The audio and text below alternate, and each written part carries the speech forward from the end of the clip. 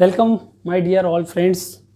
जैसा कि आप सभी को पता है, हम केमिस्ट्री पढ़ रहे हैं फ्रॉम द बेसिक, यानी कि हम ज़ीरो नॉलेज से लेकर जिन बच्चों को केमिस्ट्री नहीं आती है वहाँ से स्टार्ट किया है। आप चाहें तो इसका पहला वीडियो मेरा देख सकते हैं, जिसमें केमिस्ट्री के कुछ फंडे मैंने बताए थे कि केमिस्ट्री हमको क्यों कठिन लगती है और इसे कैसे ईजी बनाया जा सकता है। फर्स्ट वीडियो में हमने ये भी पढ़ा था कि द्रव्य क्या कहलाता है, द्रव्य और सब्सटेंस के बारे में हमने डिफ्रेंशिएट भी किया था। सो नाउ अब हम क्लासिफाई कर रहे हैं द्रव्य को, द्रव्य का वर्गीकरण। सो सबसे पहले हम ये जान लेते हैं कि द्रव्य को दो आधार पर वर्गीकृत किया गया है, जैसा कि आप देख रहे हैं, एक तो फिजिकली और एक केमिकली। सो पहले हम ये जान लेते हैं कि ये भौतिक गुणों के आधार पर या रासायनिक गुणों के आधार पर जो हम वर्गीकरण पढ़ते आ रहे हैं कक्षा छठी से, कि भौतिक गुण और रासायनिक गुण, अधिकांश लोगों को ये पता होगा, लेकिन फिर भी मैं बता देता हूँ कि भौतिक गुण क्या होते हैं और रासायनिक गुण क्या होते हैं, फिर हम पढ़ेंगे उनका क्लासिफिकेशन। तो भौतिक गुण क्या होते हैं, जैसे मान लीजिए मैंने नमक को देखा, तो नमक को देखने पर वो किस रंग का है, क्या वो सॉलिड है, लिक्विड है या गैस है, क्या वह क्रिस्टलाइन है या पाउडर फॉर्म में है, या उसके बड़े बड़े दाने हैं, कैसा है देखने में, ये तो हो गया ही।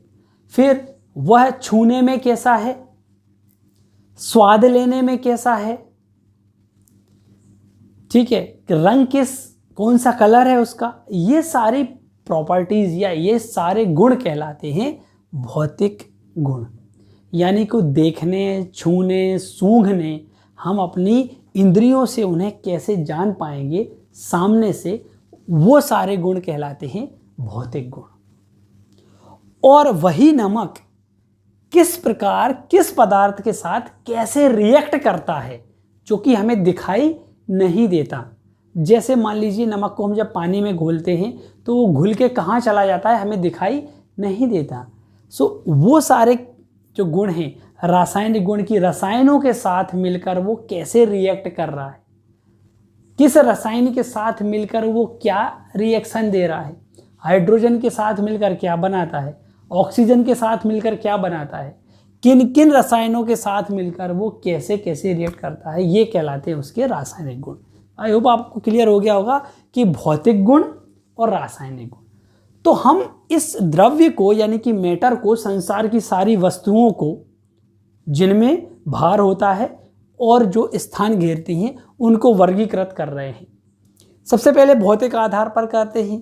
तो भौतिक आधार पे आपने देखा होगा कि मुख्य रूप से पदार्थ की तीन अवस्थाएं हमेशा बताई गई हैं, जैसे कि यहाँ द्रव्य की बात हो रही है। तो सबसे पहले हम देखते हैं सॉलिड, लिक्विड और गैस। आपने लगभग बचपन से लेकर अभी तक यही तीन भाग पढ़े होंगे कि मैटर को या किसी सब्सटेंस को तीन भागों में बांटा गया है, यानी सॉलिड, लिक्विड और गैस। सो पहले हम इन पे बात कर लेते हैं। सॉलिड, जिनका आयतन और आकार निश्चित होता है। आयतन और आकार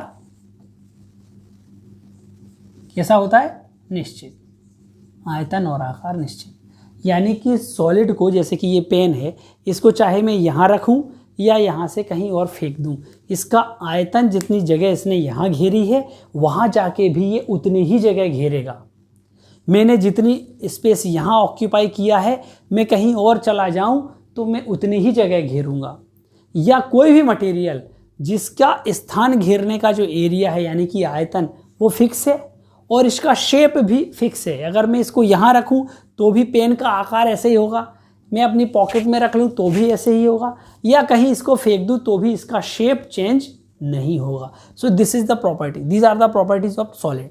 आयतन और आकार निश्चित है ना, वॉल्यूम एंड शेप फिक्स। अब आ जाते हैं लिक्विड पे। इसका आयतन तो निश्चित होता है, लेकिन आकार अनिश्चित होता है। अब आयतन और आकार अनिश्चित, आयतन निश्चित, आकार अनिश्चित, यानी जैसे मान लीजिए लिक्विड को एक एग्जांपल ले लेते हैं पानी का। अगर मैं एक ग्लास में पानी लूँ तो उसका शेप अभी कैसा है? गिलास के आकार का। लेकिन अगर मैं उसको एक बाउल में डाल दूँ तो उसका आकार कैसा हो जाएगा? बाउल के आकार का। लेकिन दोनों कंडीशन में, पहले मैंने एक ग्लास में रखा था उस पानी को और दूसरी में एक बाउल में रखा उस पानी को, दोनों कंडीशन में इसका कुल आयतन लंबाई गुणित चौड़ाई गुणित ऊंचाई तीनों की मिला के अगर इसमें 20 आई थी तो इसमें भी 20 घन सेंटीमीटर आई थी, तो इसमें भी कितनी आएगी? 20 ही आएगी। यानी कि अगर आप लिक्विड को कहीं दूसरी जगह ट्रांसफ़र करते हो तो उसका आकार चेंज होता है, उसका आयतन चेंज नहीं होता है, चाहे आप उसको ज़मीन पर ही फेंक दें। ज़मीन पर फेंकने पर उसका आयतन जब वो फैलता है कोई लिक्विड, तब भी उसका आयतन उतना ही रहेगा जितना कि ग्लास में था। सो ये हो गया क्या? लिक्विड, यानी कि जिसका आयतन निश्चित होता है और आकार अनिश्चित होता है। सो ये हम समझ गए हैं। अब हम आते हैं कहाँ पे? गैस पे। गैस में दोनों अनिश्चित होते हैं, यानी आयतन और आकार दोनों अनिश्चित।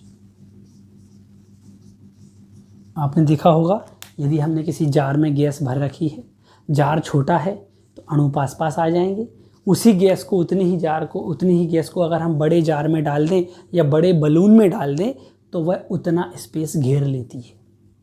सो इसका ना तो आकार निश्चित होता है और ना ही आयतन। गैस के दोनों आयतन और आकार दोनों अनिश्चित होते हैं। ये तो हो गए हैं सॉलिड, लिक्विड और गैस के। इसका एक और मैं आपको बता देता हूँ समझाने के लिए। ठोस के जो अणु हैं वो एक दूसरे के पास पास होते हैं, यानी कि एक दूसरे से टच होते हैं। इनमें वाइब्रेशन होता है। वाइब्रेशन ठोस में भी रेगुलर होता है।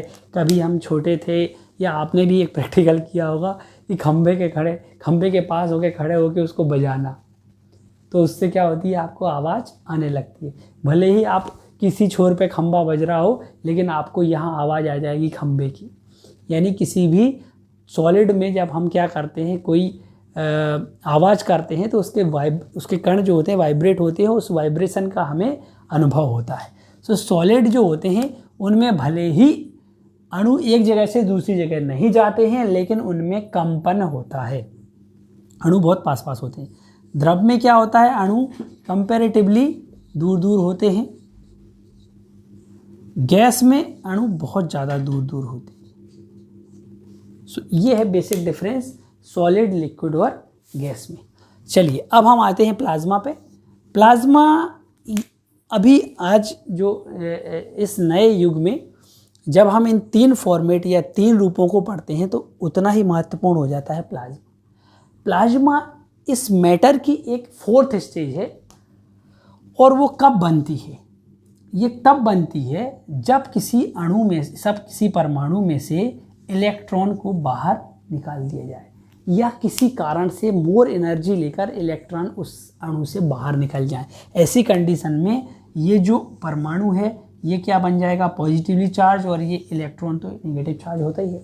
ऐसी कंडीशन में ये आयन का फॉर्मेशन कर लेते हैं। इन आयनों के कारण ही इस अवस्था को बोलते हैं प्लाज्मा स्थिति। यानी कि उस प्लाज्मा में number of ions he ions रहते हैं। यानी कि ये कैसी स्टेज है? केवल आयनों की अवस्था। यहाँ पे मैटर किस फॉर्म में रहता है? आयन के फॉर्म में रहता है। सो आई होप कि आप समझ गए होंगे। एक स्टार का फॉर्मेशन जब होता है, जो स्टार आप चमकते हुए देखते हैं, वो प्लाज्मा फॉर्म में होते हैं। और इसको हम एक एग्जाम्पल के रूप में देख सकते हैं प्लाज्मा की। Bose-Einstein condensate. बोस-आइंस्टीन कंडेंसेट के बारे में हम एक अलग से चैप्टर में आपको रखूँगा। अभी मैं शॉर्ट में इसको बता देता हूँ क्योंकि ये बहुत बड़ा मैटर है और बहुत ही इंटरेस्टिंग चैप्टर है। सो बोस-आइंस्टीन कंडेंसेट में आपको एक एग्जांपल देके समझा देता हूँ। मान लीजिए कि एक गैस है और इस गैस को हमने एक जार में रख रखा है जिसका एक सांद्रता फिक्स है। मान लीजिए अगर इस रूम में गैस की सांद्रता हम देखें या गैस का दबाव देखें तो इतने स्पेस में मान लीजिए 1000 अणु हैं। कितने अणु हैं? 1000 गैस के। अब इस सांद्रता को हम कम कर दें, 1000 की जगह 10 कर दें। कितना कर दें? 10। तो इसकी सांद्रता कई गुना कम हो जाएगी।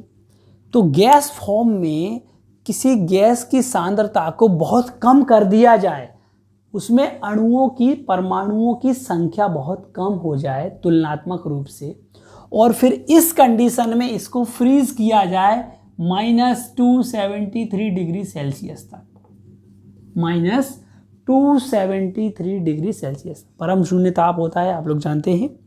सो इस कंडीशन में इस को फ्रीज करने के बाद जो एक स्टेज बनती है उसको बोलते हैं बोस-आइंस्टीन कंडेंसेट। आई होप आप समझ गए होंगे। सो ये थे किसके भौतिक आधार पर द्रव्य का वर्गीकरण, और ये 5 फॉर्म थे, सॉलिड, लिक्विड, गैस, प्लाज्मा और बोस-आइंस्टीन कंडेंसेट। नेक्स्ट वीडियो में मैं आपको बताऊंगा रासायनिक आधार पर इसका वर्गीकरण। इसके जो नोट्स हैं आपको स्क्रीन पर अभी दिखाई दे रहे होंगे, और वैसे भी नोट्स आपको प्रोवाइड करा दिए जाएंगे। धन्यवाद।